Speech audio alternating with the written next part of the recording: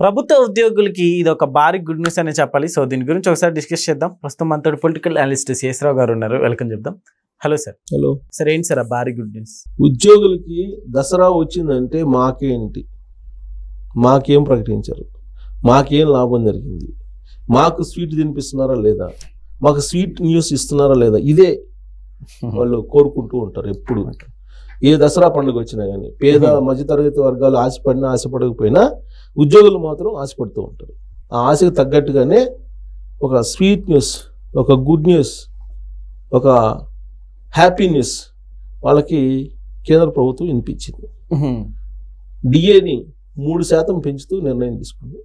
3% డిఏని పెంచుతూ నిర్ణయం తీసుకుంది. ఈ ఏడాది జూలై నుంచి ఆ డిఏని ఇవ్వబోతూ ఉన్నారు. ఏడాదికి 2 సార్లు డిఏ పెంచుతూ ఉన్నారు. జనవరిలో 2% పెంచారు. 53 కాస్త 50% డిఏ అయింది. ఇప్పుడు రెండోసారి డిఏ పెంచారు. త్వరగా అంటే గ్యాప్ ఏడాదికి 2 డిఏలు పెంచాలి అంతే. డిఎన్ఎస్ అలవెన్స్, డిఎన్ఎస్ రిలీఫ్ అని అంటారు వాళ్ళు.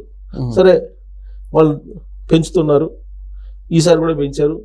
2 రోజుల నుంచి మాకు దసరాకి ఏంటి, మా దసరాకి స్వీట్ న్యూస్ చెప్పలేదు, మేము స్వీట్లు తినలేకపోతున్నాం, మేము పిల్లలకి బట్టలు కొనలేకపోతున్నాం, మా కుటుంబంలో నిత్యావసర వస్తువులు తెచ్చుకోలేకపోతున్నాం, ఇదే వినిపించింది ఉద్యోగుల నుంచి, కొంతమంది నుంచి.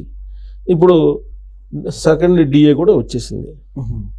ప్రతి ఏడాది ఇచ్చేటువంటి 2 డిఏల్లో ఒక డిఏ ఇచ్చారు. ఇప్పుడు 2 డిఏ 3% పెంచారు. గతంలో 2% పెంచారు, ఇప్పుడు 3% పెంచారు. 55 కాస్త 58 అయింది ఇప్పుడు.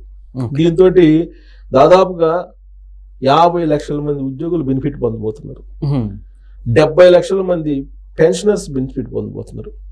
70 ఒక ప్లస్ 50 లక్షల మంది ఉద్యోగులు, 70 లక్షల మంది పెన్షనర్స్, దాదాపుగా 1,20 లక్షల మంది బెనిఫిట్ పొందబోతున్నారు.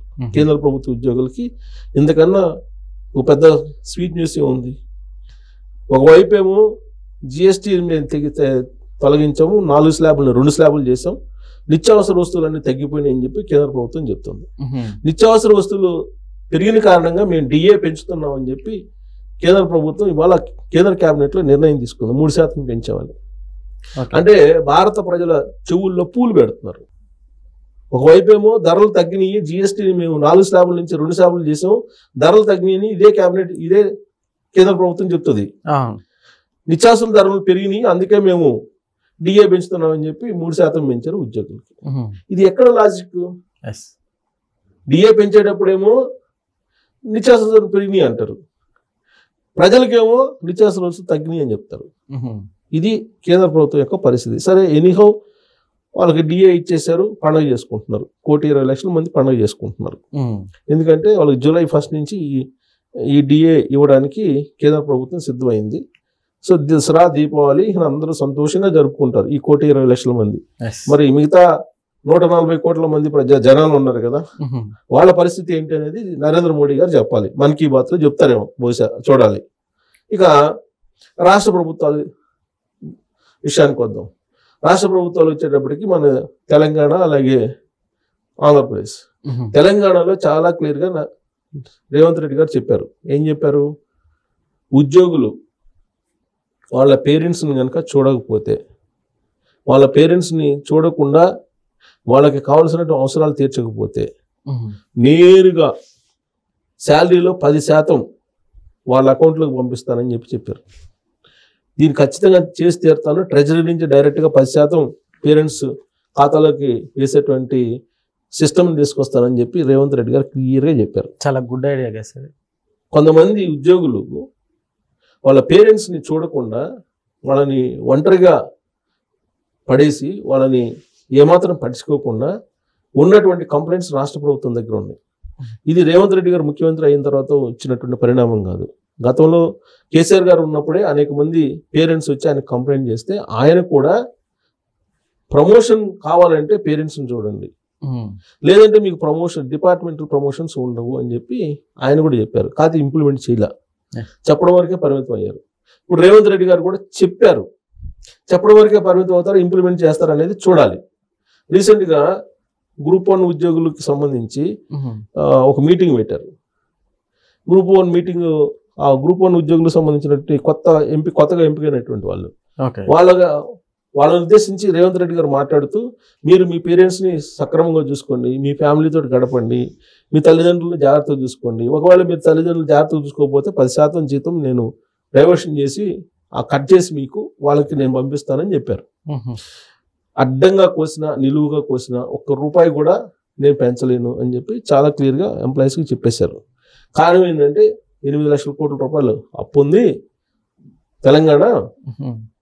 సో ఇప్పుడు వస్తున్నటువంటి రెవెన్యూ పెన్షన్లకి జీతాలకి సరిపోతుంది, మిగతాదేమో వడ్డీలకి సరిపోతుంది. ఈ రెండు పోగా నా చేతిలో ఏమీ మిగలట్లేదు. కాబట్టి సంక్షేమ పథకాలని రన్ చేయడానికి కూడా విడతల వారీగా రకరకాలుగా అడ్జస్ట్మెంట్ చేస్తున్నాను, కాబట్టి మీరేం ఆశించొద్దు అని చెప్పి చాలా క్లియర్గా చెప్పేశారు. కాకపోతే పెండింగ్ డిఏలు ఉన్నాయి, అవి క్లియర్ చేస్తానని చెప్పారు. ఇది తెలంగాణ పరిస్థితి. ఇక ఆంధ్రప్రదేశ్ పరిస్థితికి వచ్చేటప్పటికి ఆంధ్రప్రదేశ్ ఉద్యోగులు ఆల్రెడీ 6,500 కోట్ల రూపాయల బకాయిల్ని తీసుకున్నారు. ఇప్పటికే వాళ్ళకి ఆల్రెడీ 5 రోజుల పాటు వర్కింగ్ డేస్ సచివాలయ ఉద్యోగులకి, అమరావతి సచివాలయ ఉద్యోగులకి, తర్వాత వాళ్ళకి హెచ్ఆర్ఏ 24% హెచ్ఆర్ఏ ఇంకో సంవత్సరం కొనసాగిస్తూ నిర్ణయం తీసుకున్నారు. అలాగే ఈ సెంట్రల్ సర్వీస్ వాళ్ళు, సెంట్రల్ సివిల్ సర్వెంట్స్కి వాళ్ళకి రీసెంట్గా 30% హెచ్ఆర్ఏ చేశారు. దాన్ని 1% 1 సంవత్సరం పాటు పొడిగిస్తూ నిర్ణయం తీసుకున్నారు. ఇది గుడ్ న్యూస్. ఇక రాబోయేటువంటి రోజుల్లో 11వ పిఆర్సీ బకాయిలు కానీ లేదంటే డిఏలు కానీ ఇవన్నీ కూడా విడతల వారికి ఇస్తామని చెప్పి అసెంబ్లీలోనే పయ్యాల కేశవ్ గారు చెప్పారు. 12,000 కోట్ల రూపాయలు ఉన్నాయి, అవి ఇస్తాము, మీరేం ఆందోళన చెందొద్దు, రాష్ట్ర పరిస్థితి బాగాలేదు, రాష్ట్రంలో ₹1 ఆదాయం వస్తే 99 పైసలు ఉద్యోగుల జీతాలకి బత్యాలకి వడ్డీలకి సరిపోతున్నాయి, 1 పైసా మాత్రమే మిగులుతుంది. ఈ 1 పైసా ఏం చేయాలనో, సంక్షేమ పథకాలను నిర్వహించాలా లేదంటే ప్రభుత్వం అభివృద్ధి కోసం పెట్టాలా, ఆ 1 పైసతో ఏం చేయగలం, ఏమీ చేయలేని పరిస్థితుల్లో మేము ఉన్నామని చెప్పి ఆయన చెప్పారు అసెంబ్లీలో. కానీ ఉద్యోగులు మాకు 3 డిఏలు పెండింగ్ ఉన్నాయి, 4వ డిఏ టైం కూడా అయిపోయింది. అంటే సంవత్సరానికి 2 డిఏలు కేంద్ర ప్రభుత్వం ఏ విధంగా అయితే 2 డిఏలు ఇస్తుందో అలాగే డిఏలు రాష్ట్ర ప్రభుత్వ ఉద్యోగులు కూడా కోరతారు. సో 4 డిఏలు ఇవ్వాలి, కనీసం 2 డిఏలు అయినా ఇవ్వండి అని చెప్పి వాళ్ళు డిమాండ్ చేస్తున్నారు. ఇక్కడ ఈ డిఏలు కూడా అట్టుంటే మాకు ఐఆర్ కూడా చూడండి, మాకు ఐఆర్ ఇవ్వట్లేదు అని చెప్పి అడుగుతున్నారు, ఇంటీరియర్ రిలీఫ్. అలాగే ఇప్పుడు పెండింగ్ బకాయిలు ఏవైతే ఉన్నాయో అవి మొత్తం మాకు ఇచ్చేసేయండి అని చెప్పి ఇప్పుడు ఇచ్చేసేయండి అని చెప్పి అడుగుతున్నారు. దసరా సందర్భంగా మాకు ఇవ్వండి, దసరా పండుగ కూడా జరుపుకునే పరిస్థితిలో ఉన్నాము అని చెప్పి అభ్యర్థిస్తూ ఉన్నారు. మరోవైపు 12వ పిఆర్సీ వేయండి, కమిషన్ వేయండి, 12వ పిఆర్సీ కమిషన్ కూడా వేయటం లేదు అని చెప్పి డిమాండ్ చేస్తూ వీలున్నంత వరకు ఉద్యోగుల్ని ఉద్యమం వైపు నడిపించేటువంటి ప్రయత్నం అక్కడ జరుగుతోంది. అక్కడ ఇంటర్నల్ పాలిటిక్స్ బాగా నడుస్తున్నాయి. సరే, వాళ్ళు ఉద్యమం వైపు నడిపించగలరా లేదా అనేది ఒకటైతే 1వ తారీఖు జీతాలు ఇస్తే చాలు మాకు అని చెప్పి ఇదే ఉద్యోగులు గత ప్రభుత్వం ఉన్నప్పుడు కోరారు. ఆ మేరకు చంద్రబాబు నాయుడు గారు అధికారంలోకి వచ్చిన తర్వాత 1వ తారీఖు జీతాలు టెన్షన్గా ఇస్తూ ఉన్నారు. ఇప్పుడు 1వ తారీఖు జీతాలు ఇస్తున్నారు కాబట్టి ఇవన్నీ అడుగుతున్నారు. జగన్మోహన్ రెడ్డి గారి మాదిరిగా 1వ తారీఖు జీతాలు ఇవ్వకుండా ఉంటే ఇవన్నీ అడగరు. సో ఇప్పుడు చంద్రబాబు నాయుడు గారు అలా ఆలోచించరు. వీళ్ళంత వరకు ఉద్యోగులకి అన్ని రకాలుగా సహాయం చేద్దాము, వీళ్ళు కలిసి వస్తే, వీళ్ళు సంపదని క్రియేట్ చేసేదానికి వీళ్ళు కలిసి వస్తే అన్ని సక్రమంగా చేద్దాం అనేటువంటి మైండ్ సెట్ ఉన్నటువంటి ప్రోగ్రెసివ్ మైండ్ సీఎం ఆయన. వీళ్ళేంటి, చంద్రబాబు నాయుడు గారు ఏదైనా పాలసీ పెడితే దాన్ని ప్రజల్లోకి తీసుకెళ్ళటం కానీ దాన్ని సక్రమంగా ఇంప్లిమెంట్ చేయటం కానీ చేయరు, చాలా మంది చేయట్లేదు. ఇవాళకి కూడా పాత వాసనలతోటి నడుస్తున్నారు. వీళ్ళేమో పని చేయరు, కానీ వీళ్ళ కోరికలు తీర్చాలి. చంద్రబాబు నాయుడు గారికి పూర్తి స్థాయిలో సహకరించరు. ఇప్పుడు రెవెన్యూ ఇష్యూస్ ఉన్నాయి. రెవెన్యూ ల్యాండ్ టైటిలింగ్ యాక్ట్ కారణంగా వచ్చినటువంటి సమస్యలు ఏవైతే ఉన్నాయో ఆ సమస్యలను తీర్చండి అని చెప్పి చంద్రబాబు నాయుడు గారు చెప్తే ఇవాళకి కూడా గ్రామాల్లో ఆ రెవెన్యూ సమస్యలను తీర్చేటువంటి పరిస్థితులు లేవు. ఆంధ్రప్రదేశ్లో ఉండే ప్రజలు మొత్తం 100కి 90 మంది ఈ రెవెన్యూ సమస్యలతో తల్లడిల్లిపోతున్నారు. ఆ సమస్యలను తీర్చడాలి, ఆ సమస్యలు తీర్చి చంద్రబాబు నాయుడు గారి పరిపాలనకి సహకరించాలనే ఆలోచన చెయ్యరు. ఇవన్నీ మాత్రం కావాలి. చంద్రబాబు నాయుడు గారు ప్రోగ్రెసివ్ మైండే, కానీ వీళ్ళందరూ కలిసి వస్తే రాష్ట్ర సంపద పెరిగితే అప్పుడు ఇవన్నీ ఇవ్వాలి. అవి పట్టించుకోకుండా మాది ఇచ్చేది మాకు ఉంటే ఎక్కడిస్తారు? ఇది ఆంధ్రప్రదేశ్ పరిస్థితి. సో కేంద్ర ప్రభుత్వ ఉద్యోగులకైతే గుడ్ న్యూస్, రాష్ట్ర ప్రభుత్వ ఉద్యోగులకు కూడా గుడ్ న్యూసే.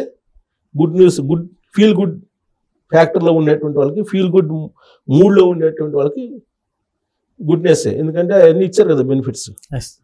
సో అలా కాకుండా ఎప్పుడు మాకు కావాలి అనుకుని గత ప్రభుత్వం తరకు వాసన ఉన్నటువంటి వాళ్ళకైతే బ్యాడ్ అని చెప్పి చెప్పాలి. Okay sir, thank you.